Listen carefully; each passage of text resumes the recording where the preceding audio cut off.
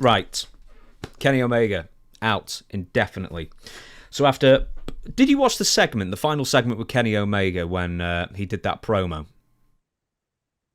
Yes, I did. Give us a review of that first. I mean, we'll talk about Kenny Omega's health issues first, but the final promo that Kenny Omega did before he ended up in the hospital, did he look just completely out of sorts to you? Was it just not going well? What happened? It was an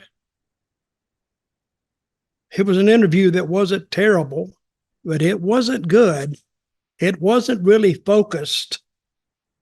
I don't even know what was accomplished by that.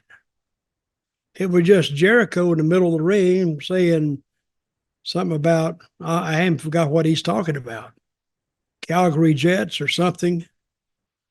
But it's not an interview you're going to remember. Let me say that. And So- nothing happened out of it. They just left, did the interview and left. I don't even think the crowd there that night knew what they were talking about. Oh, the Winnipeg Jets. Yes.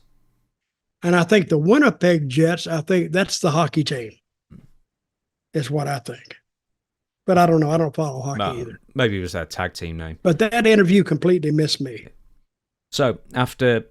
Essentially, he was out of sorts, Kenny Omega was, and it was attributed to his health issues. But I did like the way he was dressed. Shorts, shoes, whatever. He didn't. It was Superstar. like he came from his living room out into the backyard.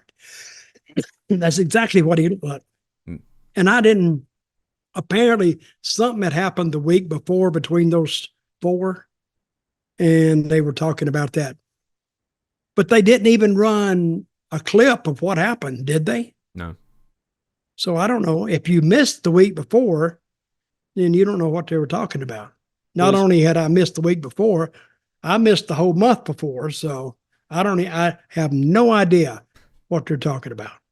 So I think armchair Twitter investigators and such were sort of partially putting Omega's weird promo performance there to his health issues, and he eventually went to the hospital because he was in too much pain to ignore and was not only told that he had diverticulitis, but he was close to suffering terrible, terrible consequences due to a late diagnosis. So weirdly not too dissimilar to what you went through, in a sense, that he was given very poor odds of really getting through it, and essentially 50% chance of death he was given if he had left his health issues any longer. Diverticulitis is what he was diagnosed with. Famously, it's what Brock Lesnar ended up getting when he was in UFC. I think probably as UFC champion, and that was really devastating to him. They had to actually surgically remove part of his intestines, I think. So, I mean, it's wow. Yeah, it's a terrible, terrible stomach ailment to have. And Omega was sort of attributing his pain to maybe working out too much or just a bad diet, or he also was getting bloating as well, which he said, I must have screwed up on my diet. But no, it was diverticulitis. Well, how is he now? Recovering, they caught it just in time. But it's going to be a long time before he's back in a ring. Well, hope he doesn't go back too soon. So, hey, us wrestlers live in a world that we live in a world of make-believe. So sometimes when you get a health diagnosis, you go, I'll be okay. I've been okay through everything else. But sometimes you're not okay, and it makes that one bad decision and you're done. So I'm glad he's listened to the doctor and hope this gets straightened out for him. So Kenny, good luck, buddy. To end on that, diverticulitis disease and diverticulitis are conditions that affect the large intestine and bowel, causing tummy pain and other symptoms. They're caused by small bulges or pouches in the walls of the intestine called diverticula. So that is what's causing the pain. And obviously they can rupture and then you get a belly full of blood and you die. I mean, it's really serious stuff. You can die. You can die from that. Yeah. If it's caught too late. Sepsis as well, as you well know. I mean, I'm sure you can, get septicemia from that as well. Hell, we ought to change the name of this show to some medical name. We've talked so much medical stuff today. The Septicemia Happy Hour with Dutch Mantell. Hey, that was pretty funny. I have to admit that I had to laugh at that anyway. I need a good laugh. So anyway, the wrestling business seems to be functioning normally to me. To your disappointment, I imagine you were hoping that the world would stop until you got back. No, not really.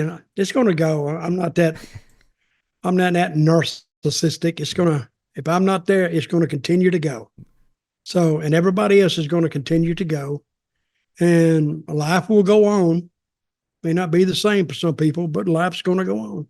And Kenny, what's the name of that ailment he had? The Diverticulitis. Diverticulitis. See, that's one reason I couldn't be a doctor, because I can't say the words.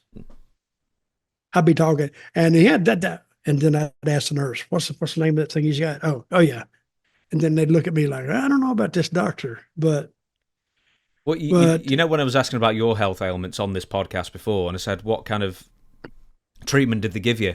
And you said medicine. Like, boy, that was specific. I have no idea. They give me a cup with a bunch of pills in it. That's after the blood transfusion. And I guess I'd look in there and it'd be a capsule and a little pill and another one and this and that and something for diabetes and something else. And they were more in the morning. I remember in the morning they would be more. It'd be about, I don't know, 6, 7 pills. Then at noon, it'd be like down to 4. And then in the evening, it'd be down to 2 or 3. So the pills got less as the day went on. So I never asked why, because I didn't want to. They could have given me an answer, but I wouldn't have understood it. So if that's useless information to me. So I don't understand it, and it would have caused me to do some research, and I wasn't up to researching my own problem.